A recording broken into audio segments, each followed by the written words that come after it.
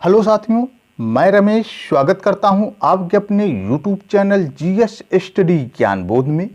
आज से हम लोग कॉम्पिटिटिव एग्जाम्स के दृष्टिकोण से वर्ल्ड जियोग्राफी की वेरी मोस्ट इम्पॉर्टेंट टेस्ट श्रृंखला की शुरुआत करेंगे जो आपके एग्जाम्स के लिए महत्वपूर्ण होंगे। तो आइए शुरू करते हैं। पहला प्रश्न है, निम्न में शीतोष्ण कटिबंधीय घास का मैदान कौन सा है? ऑप्शन आप लोगों के सामने हैं, शबाना, लानोज, कैंपास या डाउन्स। निम्न में शीतोष्ण कटिबंधीय घास का मैदान कौन सा है? सही आंसर डाउन्स हो जाएगा। Answer number D. क्वेश्चन की व्याख्या देखते हैं।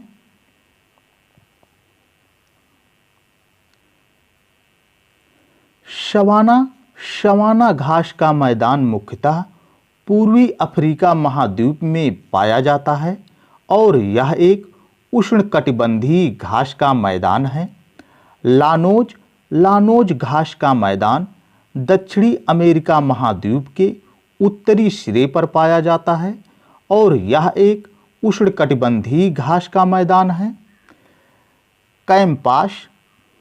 कैंपास घास का मैदान ब्राजील में पाया जाता है और यह भी एक उष्णकटिबंधीय घास का मैदान है।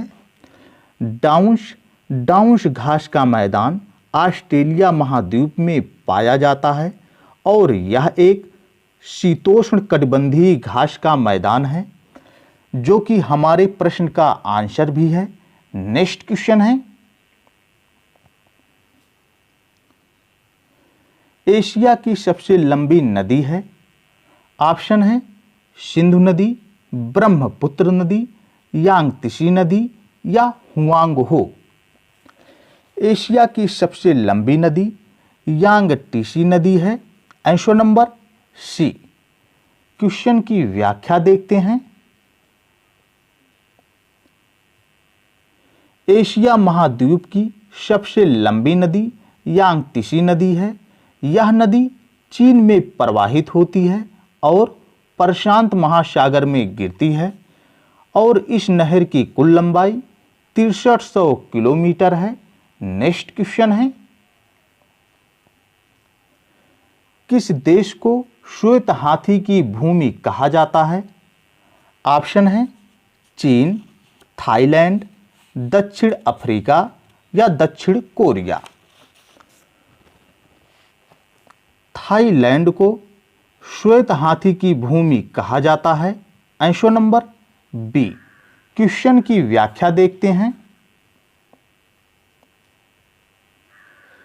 श्वेत हाथी थाईलैंड में पाए जाते हैं, इसलिए थाईलैंड को श्वेत हाथी की भूमि कहा जाता है और श्वेत हाथी थाईलैंड में पवित्र भी माना जाता है। नेक्स्ट क्वेश्चन है, जिस तारामंडल के तारे ध्रुव तारे की ओर संकेत करते हैं वह है। ऑप्शन है सप्तऋषि, मृग, वृश्चिक या वृष। सप्तऋषि तारामंडल ध्रुव तारे की ओर संकेत करते हैं। Answer number A. क्वेश्चन की व्याख्या देखते हैं। ध्रुव तारे का संकेत सप्तऋषि तारामंडल से प्राप्त होता है। नेक्स्ट क्वेश्चन है, गल्फ स्ट्रीम जलधारा प्रवाहित होती है। ऑप्शन है उत्तरी अटलांटिक महासागर में, दक्षिणी अटलांटिक महासागर में, प्रशांत महासागर में या उपरोक्त सभी। गल्फ स्ट्रीम जलधारा किस महासागर में प्रवाहित होती है? सही आंसर उत्तरी अटलांटिक महासागर हो जाएगा। गल्फ स्ट्रीम जलधारा उत्तरी अटलांटिक महासागर में प्रवाहित होती है। Answer number A. क्वेश्चन की व्याख्या देखते हैं। गल्फ स्ट्रीम जलधारा उत्तरी अटलांटिक महासागर में प्रवाहित होने वाली जलधारा है और यह जलधारा एक गर्म जलधारा है। नेक्स्ट क्वेश्चन है, वायु दाब सबसे कम होता है? ऑप्शन है शीत ऋतु, बसंत ऋतु, शरद ऋतु या ग्रीष्म ऋतु। वायु दाब किस ऋतु में सबसे कम होता है? सही आंसर ग्रीष्म ऋतु हो जाएगा। Answer number D. क्वेश्चन की व्याख्या देखते हैं। धरातल पर वायुमंडलीय दाब और तापमान के बीच परस्पर उल्टा संबंध होता है, अतः स्पष्ट है कि गर्मियों में तापमान सबसे अधिक होने के कारण वायु दाब सबसे कम होगा, परंतु ऊंचाई के साथ तापमान में गिरावट की तरह वायु दाब में भी गिरावट होती है। नेक्स्ट क्वेश्चन है, विश्व का सबसे चौड़ा महाद्वीपीय मग्न तट कौन से महासागर में है? नेक्स्ट क्वेश्चन है, विश्व का सबसे चौड़ा महाद्वीपीय मग्न तट कौन से महासागर में है? ऑप्शन है प्रशांत महासागर, आर्कटिक महासागर, अटलांटिक महासागर या हिंद महासागर। सही आंसर आर्कटिक महासागर हो जाएगा। Answer number B. क्वेश्चन की व्याख्या देखते हैं। विश्व का सबसे चौड़ा महाद्वीपीय मग्न तट आर्कटिक महासागर में है। नेक्स्ट क्वेश्चन है, तट के किनारे जिन क्षेत्रों में पर्वत पाए जाते हैं वहां महाद्वीपीय मग्न तट है। ऑप्शन है संकरा, काफी चौड़ा, कटा छटा या उथला। सही आंसर संकरा हो जाएगा। Answer number A. क्वेश्चन की व्याख्या देखते हैं। तट के किनारे जिन क्षेत्रों में पर्वत पाए जाते हैं वहां महाद्वीपीय मग्न तट संकरा होता है। नेक्स्ट क्वेश्चन है, एक जीवधारी के रूप में पृथ्वी का वैज्ञानिक नाम है। ऑप्शन है गाय, सीता, ग्रीन प्लैनेट या हर्मीज। सही आंसर ग्रीन प्लैनेट हो जाएगा। आंसर नंबर सी। क्वेश्चन की व्याख्या देखते हैं। पृथ्वी पर जीवन इस पर पाई जाने वाली पारिस्थितिकी के कारण है और पारिस्थितिकी के कारण ही पृथ्वी को ग्रीन प्लैनेट की संज्ञा दी गई है। नेक्स्ट क्वेश्चन है, गोल्ड कोस्ट किसका पुराना नाम था?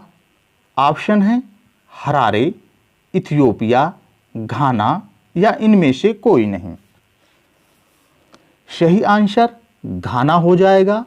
गोल्ड कोस्ट घाना का पुराना नाम था। Answer number C. Next question है, क्वेश्चन की व्याख्या देखते हैं।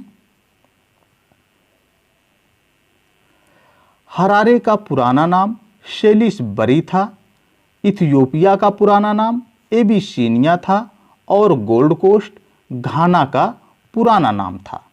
नेक्स्ट क्वेश्चन है, महासागरीय गर्तों की सर्वाधिक संख्या किस महासागर में है? ऑप्शन है हिंद महासागर, आर्कटिक महासागर, प्रशांत महासागर या अटलांटिक महासागर। सही आंसर प्रशांत महासागर हो जाएगा। आंसर नंबर सी। क्वेश्चन की व्याख्या देखते हैं। प्रशांत महासागर में महासागरीय गर्तों की संख्या सर्वाधिक है। नेक्स्ट क्वेश्चन है, शर और आमू नदियां गिरती हैं। ऑप्शन है कैस्पियन सागर में, काला सागर में, बाल्टिक सागर में या अरल सागर में। सही आंसर अरल सागर हो जाएगा। शर और आमू नदियां अरल सागर में गिरती हैं। Answer number D. क्वेश्चन की व्याख्या देखते हैं।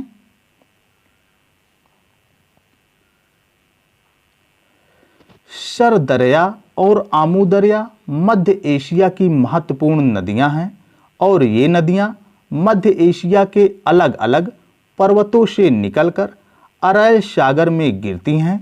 नेक्स्ट क्वेश्चन है, बलुआ पत्थर एक परतदार चट्टान है क्योंकि वह ऑप्शन है मरुस्थल से बनती हैं, गर्मी से बनती हैं, पानी से बनती हैं या पहाड़ के ऊपर बनती हैं।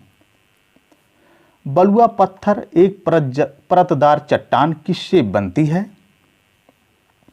सही आंसर नंबर सी हो जाएगा, पानी से बनती हैं। क्वेश्चन की व्याख्या देखते हैं। बलुआ पत्थर यांत्रिक क्रियाओं द्वारा निर्मित होने वाली अवसादी या परतदार चट्टानें हैं। इनका निर्माण चट्टानों के क्षरण से प्राप्त अवसादों के लगातार जमा होते रहने से परतों के रूप में होता है। नेक्स्ट क्वेश्चन है, निम्नलिखित महाद्वीपों में से कौन सा गोंडवाना लैंड का भाग नहीं था? ऑप्शन है उत्तरी अमेरिका, दक्षिणी अमेरिका, अफ्रीका या ऑस्ट्रेलिया। ऑस्ट्रेलिया, अफ्रीका और दक्षिणी अमेरिका गोंडवाना लैंड के अंतर्गत आते हैं, जबकि उत्तरी अमेरिका महाद्वीप लारेशिया के अंतर्गत आता है। इस प्रकार आंसर नंबर ए, उत्तरी अमेरिका महाद्वीप गोंडवाना लैंड के अंतर्गत नहीं आता है। क्वेश्चन की व्याख्या देखते हैं।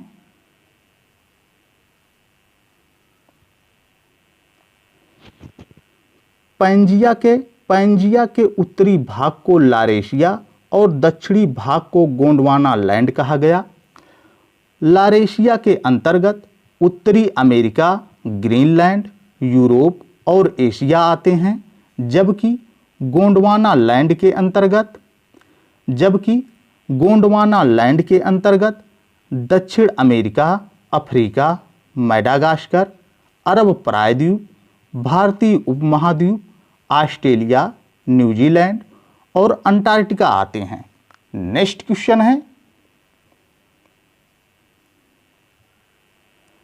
बादलों की दिशा एवं गति को मापने वाला यंत्र है। ऑप्शन है एनीमोमीटर, रेन गेज, नेफोस्कोप या हाइग्रोमीटर। बादलों की दिशा एवं गति किस यंत्र के द्वारा मापी जाती है? सही आंसर नेफोस्कोप हो जाएगा, आंसर नंबर सी। क्वेश्चन की व्याख्या देखते हैं।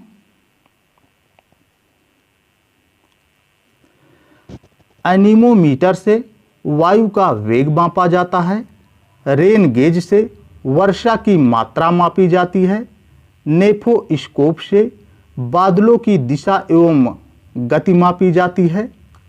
नेफोस्कोप से बादलों की दिशा एवं गति मापी जाती है और हाइग्रोमीटर से वायु में अपेक्षित आर्द्रता मापी जाती है। नेक्स्ट क्वेश्चन है, जापान का विशालतम द्वीप कौन सा है? ऑप्शन है होक्काइडो, शिकोकू, होदोरी या होन्शु। ये साथियों आप लोगों के लिए होमवर्क है। मैं चाहता हूं कि इसका जवाब आप लोग कमेंट बॉक्स में दीजिएगा और साथ ही आप लोगों को ये वीडियो कैसा लगा कमेंट बॉक्स में बताइएगा और यदि वीडियो पसंद आया हो तो चैनल को लाइक, सब्सक्राइब एंड शेयर करिए। Thank you. मिलते हैं अगले वीडियो में। जय हिंद,